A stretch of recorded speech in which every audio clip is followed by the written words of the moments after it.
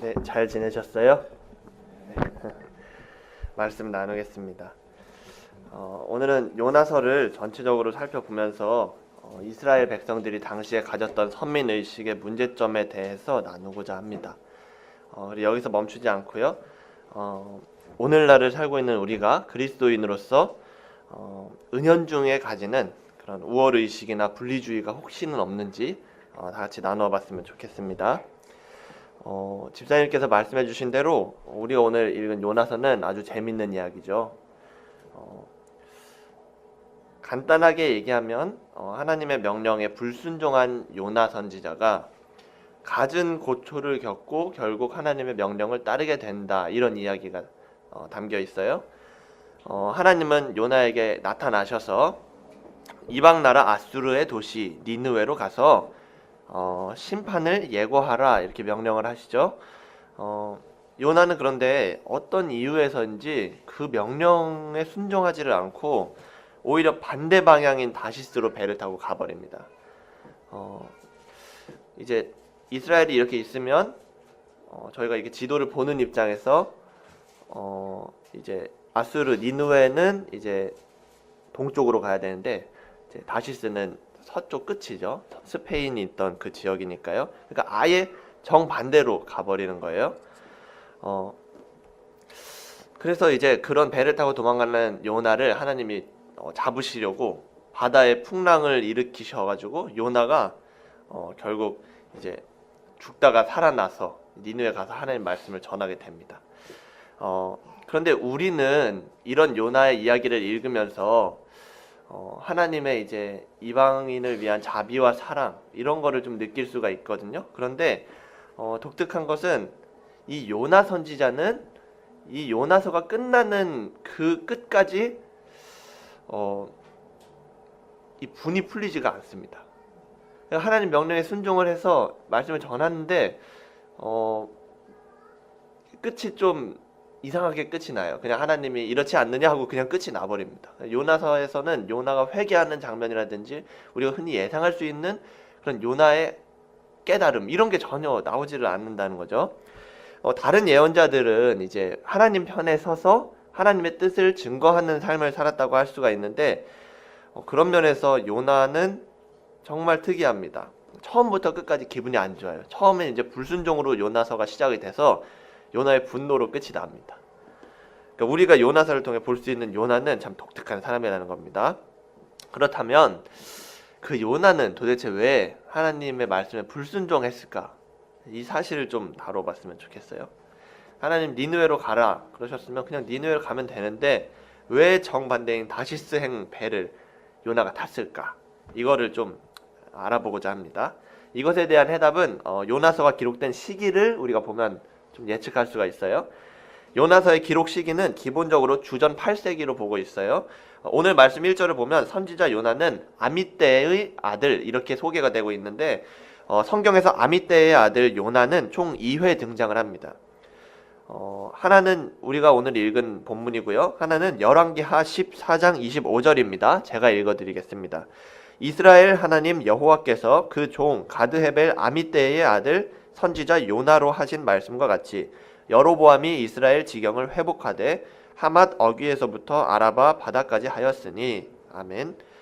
요나가 활동할 당시에 이스라엘을 다스렸던 왕은 여로보암이었습니다. 여로보암 어디서 많이 들어보셨죠? 저희가 지난주에 나누었던 아모스 선지자와 같은 시기였던 겁니다. 아모스 선지자. 제가 말씀드렸는데 저번 주에 이제 얘기를 했는데 이스라엘은 아모스 선지자가 활동할 당시에 어떤 상황이었다고 말씀을 드렸죠. 제가 뭔가 이제 그 전에 다뤘던 뭐 예레미야나 요엘과 다르게 아모스는 이스라엘의 번영기에 활동했던 선지자였죠. 번영기에. 그러니까 요나가 활동했던 당시도 이스라엘은 주변국으로부터의 침략을 이제 이겨내고 국가적으로 번영을 이루고 있던 시기였습니다. 번영을. 그렇다면 다시 좀 전에 질문으로 돌아와서 요나는 왜 하나님의 명령에 불순종을 했을까요? 그것에 대한 보편적인 해석은 바로 이것입니다. 이제 아수르가 이스라엘을 침략했기 때문에 이스라엘 백성인 요나는 아수르가 하루속히 무너지기를 바랐다. 그래서 그들을 심판하기 전에 회개시키라는 하나님의 말씀을 요나가 거부했다. 이게 보통 설교의 이제 틀이거든요. 보통 이제 요나가 니느웨로 굳이 가지 않았던 이유를 우리의 적국이기 때문에 안 갔다 이렇게 설명을 하는 거예요. 근데 우리가 이제 뭐 타임머신을 타고 주전 8세기로 돌아가서 요나에게 물어보지 않았기 때문에 정확한 답을 알 수는 없지만 아까 읽은 열왕기하 14장 25절 그 요나가 활동했던 시기의 정황을 살펴봤을 때 이 해석은 잘못됐을 확률이 아주 높습니다. 왜냐하면 이스라엘은 번영을 누리고 있었지 아수르의 지배를 받고 있지 않았기 때문이에요. 언젠가 아수르에 의해 멸망당하는 이스라엘이지만 요나가 활동했던 당시는 아니라는 겁니다. 조금 더 과거로 돌아가서 열왕기하 13장을 보면 이스라엘을 여호아하스라는 왕이 다스리고 있었는데 그 당시에 이스라엘은 사실 주변국인 아람 국가에게 좀 이렇게 공격을 당해요. 아람 국가. 그런데 13장 5절을 보면 이스라엘에 하나님께서 구원자를 보내주셔서 아람으로부터 구원받았다 이런 기록이 있거든요. 이거 제가 읽어드리고 설명하겠습니다. 여호와께서 이에 구원자를 이스라엘에게 주심에 이스라엘 자손이 아람 사람의 손에서 벗어나 전과 같이 자기 장막에 거하였으나 네. 그러니까 요나가 활동하기 직전에 이스라엘은 아람국에게 지배를 받고 있었다는 거죠. 그런데 하나님이 구원자를 보내주셔서 아람으로부터 이스라엘이 독립하게 만들어줬다는데 그 구원자가 누구냐면 바로 아수르의 왕 아닷니랄이였습니다. 그러니까 아수르의 왕이에요. 아수르의 왕. 그러니까 아수르는 이스라엘의 원수 국가라기보다는 어떻게 보면 이스라엘이 은혜를 받은 국가인 거죠. 이 당시에 요나가 써진 당시에요. 심지어 성경에는 이제 구원자라고 말을 하고 있어요. 이 당시에 이제 아수르와 아람의 전쟁이 있었기 때문에 아수르가 아람을 이겼던 거죠. 그래서 이스라엘은 그냥 가만히 있다가 아람에게 풀려나는 이런 형국이 돼버린 거예요. 이 당시에. 그러니까 이제 이스라엘 입장에서는 말 그대로 아수르가 구원자일 수가 있는 거죠. 그런데 제가 방금 드린 설명에 의하면 아니 아수르가 이렇게 고마운 민족이면 요나가 심판에 처한 아수르에게 하나님 말씀을 전해서 구원받게 할 수 있었을 텐데 그럼 왜 안 갔을까? 왜 정반대로 갔을까? 이거에 대한 질문이 계속 제기가 되는 거죠. 그런데 이제 우리가 오늘 읽은 구절을 보면 요나가 다시스로 간 이유가 나오진 않습니다. 근데 오늘 읽은 구절 말고 요나서 4장 2절에 가서 보면은 그 이유가 어렴풋이 나와 있습니다. 4장 2절을 제가 읽어드리겠습니다. 여호와께 기도하여 가로되 여호와여 내가 고국에 있을 때에 이러하겠다고 말씀하지 아니하였나이까.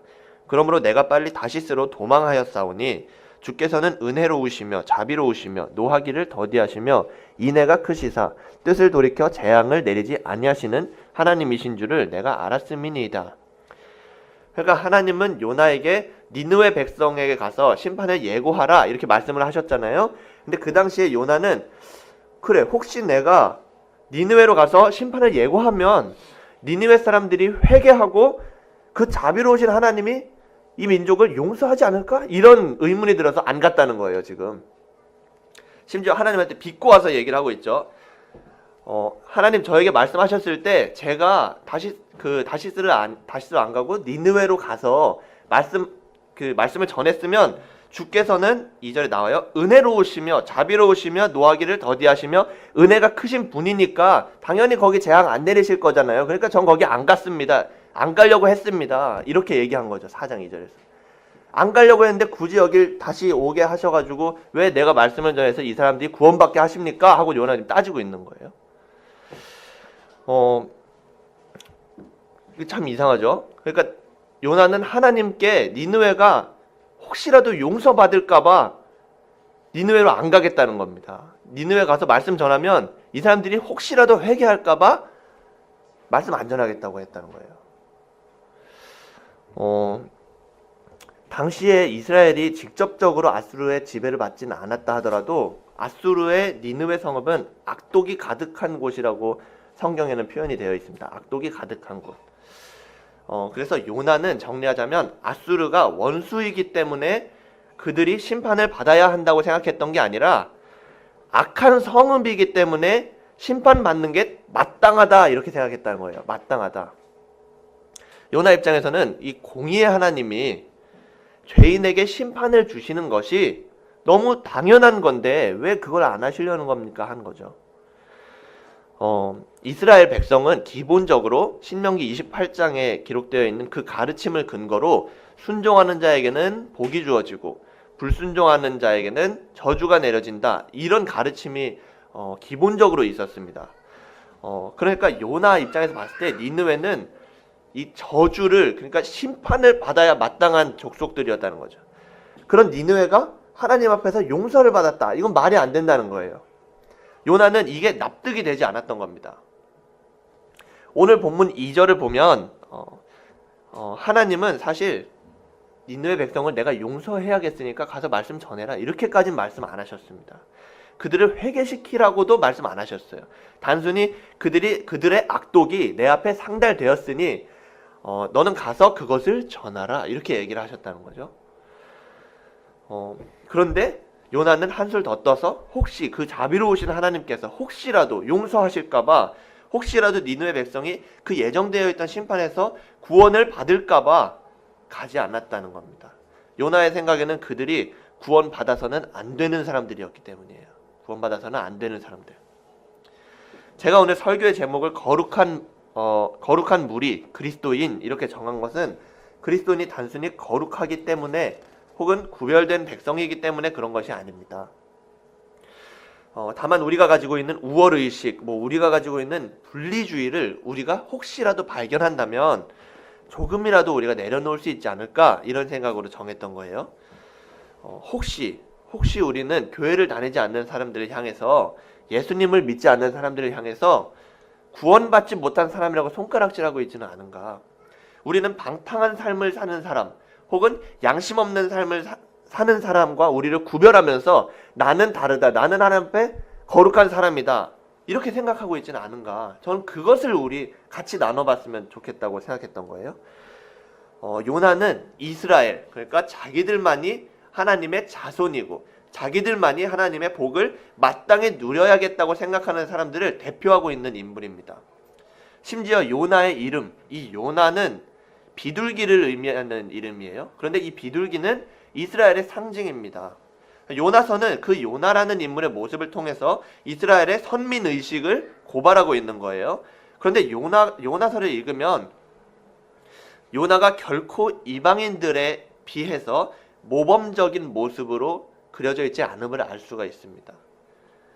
이 요나서에서는 요나가 이방인과 두 번의 비교를 당하게 됩니다. 두 번의 비교. 한 번은 다시스로 가는 배에서 만난 선원들과의 비교, 한 번은 니느웨 백성들과의 비교입니다. 먼저 배에서 만난 선원들을 이제 보면 요나가 이제 다시스를 가려고 배에 오르니까 폭풍이 몰아칩니다. 그래서 배에 탄 사람들은 각각 자기가 믿는 신에게 이제 막 기도를 해요. 배가 가라앉으면 안 되니까 물건도 버립니다. 근데 아무리 그렇게 노력해도 폭풍이 멈추지를 않아요. 그래서 그들은 생각했던 거죠. 이 배에 탄 사람 중 누군가가 지금 자기의 신을 화나게 한 것이다. 이 배에 탄 누군가가 잘못하고 이 배에 탄 거다. 이렇게 생각했던 거예요. 그래서 그들은 제비 뽑기를 합니다. 누가 죄인인가 하고 제비 뽑기를 해요. 그런데 하필 그 제비가 요나의 손에 딱 뽑힌 거죠. 요나의 손에. 그래서 요나는 얘기를 합니다. 그래, 내가 잘못했으니까 폭풍이 몰아치는 거다. 나를 바다에 버려라. 이렇게 얘기를 해요. 요나가. 그런데 그 말을 들은 선원들이 조금 다른 반응을 보입니다. 자기를 바다에 던져서 너희들이라도 폭풍 속에서 구원을 받아라, 이런 얘기하는 요나에게 그래, 그럼 그렇게 하겠다, 널 버리겠다, 이렇게 얘기 안 하고 힘써 노를 저어서 배를 육지로 돌리려고 했습니다. 힘써 노를 저어서 배를 육지로 돌리려고. 그러니까 그 이방인들은 요나를 죽여서 자기들이 살면 되는데 그래도 다 같이 살아보려고 발버둥을 쳤다는 거예요. 발버둥을. 이게 요나와 차이점입니다. 이유가 어찌 되었건 니느웨 사람들이 심판을 받아서 멸망해야겠다고 생각했던 그 요나, 그리고 요나가 죽으면 우리가 다 살 수 있다고 생각했음에도 불구하고 요나를 죽이자는 그 이방인 선원들, 과연 누가 하나님의 백성일까요? 누가 하나님의 복을 받은 사람입니까? 이거 너무 당연한 질문이죠. 둘째로 요나를 부끄럽게 만드는 또 다른 상황은 니느웨 백성과의 비교에서 나타납니다. 니느웨 백성. 물에 이제 결국 빠진 요나는 이제 큰 물고기가 요나를 삼키고 3일 후에 물고기에서 탈출을 하게 돼요. 그리고 이제 우여곡절 끝에 니느웨 땅에 도착을 합니다. 이제 도착했는데 죽을 고비를 넘겼으니 요나 하나님 말씀 안 전할 수는 없잖아요. 그래서 하나님 말씀 이제 전합니다. 그런데 하나님을 알지도 못하는 그 이방인 니느웨 사람들이 요나의 선포를 듣고 하나님을 믿게 됩니다.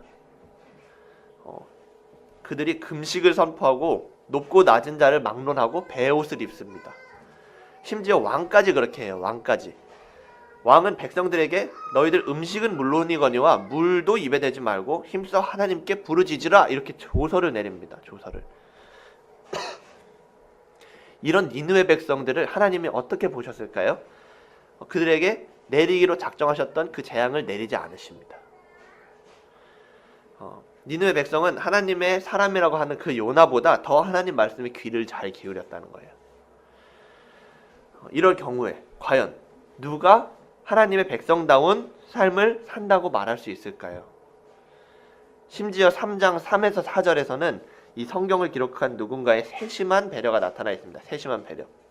3절에 따르면 니느웨는 사흘 동안 걸을 만큼 큰 성읍이다 이렇게 기록이 되어 있어요.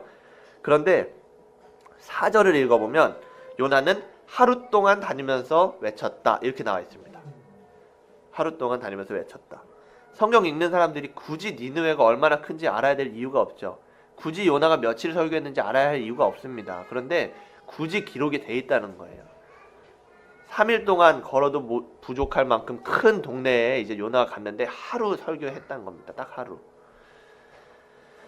이것은 니느웨 백성이 뭐 고민도 하지 않고 묻지도 따지지도 않고 어디선가 들려오는 하나님의 말씀에 즉각적으로 순종했다는 사실을 가르쳐주기도 하지만 요나가 이 니느웨 온 성읍 동네를 다 돌아다니면서 급박하게 그 하나님 말씀을 전하지 않았다는 것도 얘기하고 있는 거예요. 이 하나님의 명령에 대한 이 요나의 태도는 결코 바람직하지 않았다는 겁니다. 니느웨 백성과 요나, 그러면 둘 중에 과연 또 누가 하나님의 백성에 가까울까요? 누가 하나님의 말씀을 듣습니까? 바로 니느웨 백성이었다는 겁니다. 요나는 하나님의 선지자라고 하지만 자비도 없었습니다.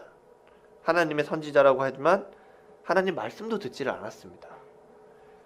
그런 요나는 선민 이스라엘을 대표하는 사람으로 묘사되고 있었습니다. 이것은 비단 성경만의 이야기는 아니라고 생각합니다.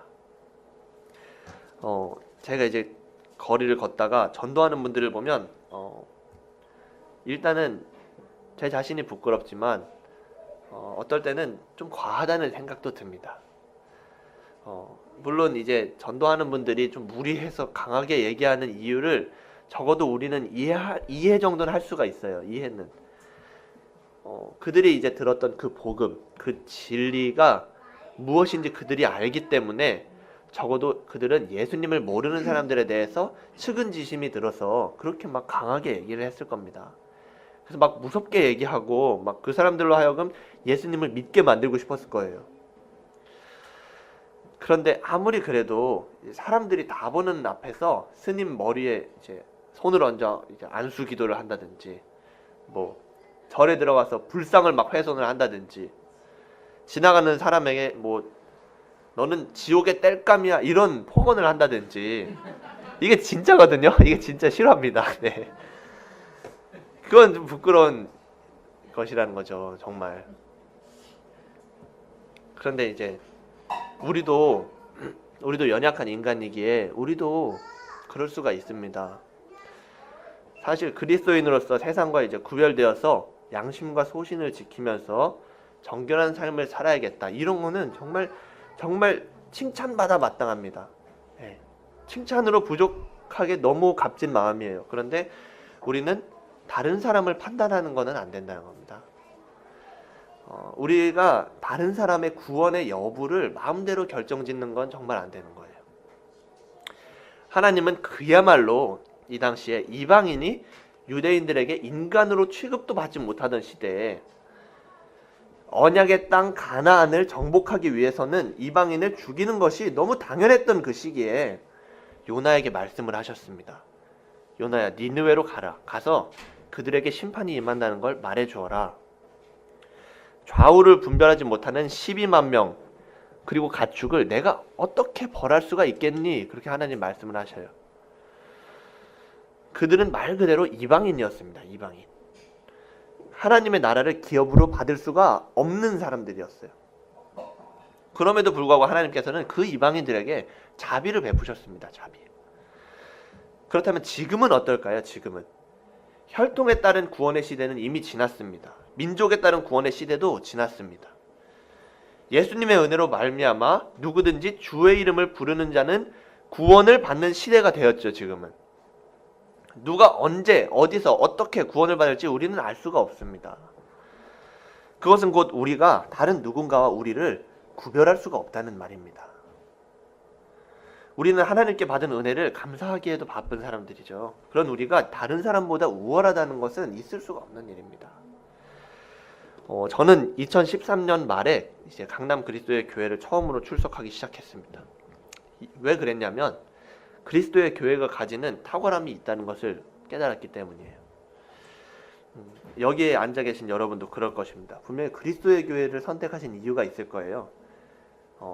정말 그리스도의 교회가 가진 장점은 무수하게 많습니다. 그런데 그건 분명한데 우리는 그리스도의 교회 주의자가 되는 건 안 되는 거예요.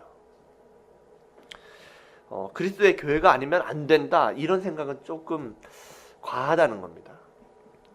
이것은 침례받은 자가 구원을 받을까 안 받을까 이런 질문과는 다른 이야기입니다. 그리스도의 교회가 정말 주변으로부터 이제 존경을 받고 하나님 백성으로 인정받는 방법은 그리스도의 교회에만 구원이 있다는 생각을 버리는 것에서 시작합니다. 우리는 예수교인입니다. 예수교인. 우리가 예배하는 존재는 예수님이지 교회가 아닙니다. 우리는 예수님의 공로 그리고 하나님의 은혜에 감사하면서 매일 그 앞으로 나아가면서 살면 되는 겁니다.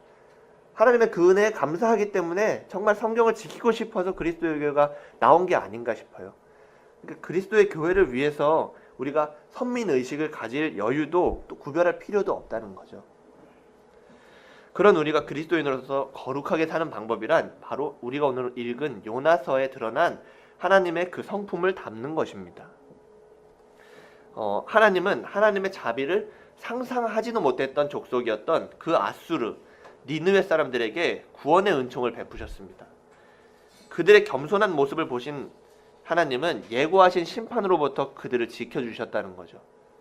제가 말하는 구원은 막 이렇게 하나님 나라에 입성했다 이런 구원이 아닙니다. 이 당시에 이제 받아야 할 심판으로부터 살아남았다는 것이 구원인 거죠. 하나님 말씀은 절대적인 겁니다. 하나님은 빛이 있으라 그런 말을 하셨을 때 빛이 있었다고 성경에 기록되어 있는 것처럼 하나님의 말씀은 정말 그야말로 절대적인 거예요. 절대적인 거. 그런데 그런 하나님께서 말씀하신 바를 바꾸셨습니다. 이게 바로 하나님의 자비입니다. 하나님의 사랑입니다. 하나님은 사랑하기 위해서 불가능한 현실을 가능하게 바꾸시는 분입니다. 여기 이 자리에 앉아있는 우리도 그런 사랑을 받은 자들입니다. 정말 도대체 어디 사는 하나님이 인간의 몸을 입으시고 인간을 위해 죽기까지 하신다고 합니까? 우리가 하나님께 받았던 그 사랑, 그 예수님의 그 은혜가 그게 바로 불가능한 사랑이라는 겁니다. 그런 사랑을 받은 우리가 오늘 설교의 제목과 같이 정말 거룩한 무리라고 한다면, 우리가 진정한 그리스도인이라고 한다면 우리는 오늘 요나서에 나타난 요나와 같이 선민의 자격에만 충실하고 우리가 알고 있는 지식의 잣대로 하나님의 뜻을 거스르는 사람이 아니라 우리의 아버지 되신 그 하나님의 자비롭고 너그러운 성품을 닮아서 구원받지 못하는 사람들에게 한없는 은혜를 베푸는 사람이어야 된다는 거죠. 그것이 바로 하나님의 뜻이고 요나서에 나타난 하나님의 성품을 담는 우리의 삶입니다. 네, 결론입니다. 오늘 우리는 본문에 나타난 요나의 모습을 보면서 그리스도인으로서 우월의식이나 이제 선민의식을 가지면 안 된다는 것을 나누었습니다. 반면에 요나서에 드러난 하나님의 모습을 보면서 그분은 불가능을 가능하게 해서라도 인간을 사랑하셨으며 이 자리에 앉아있는 우리들에게도 그와 같은 사랑을 베푸셨다는 것을 깨달았습니다. 우리는 거룩한 무리입니다. 우리는 그리스도인입니다. 그런 우리는 우리의 아버지 되신 하나님을 날마다 닮아가는 겁니다.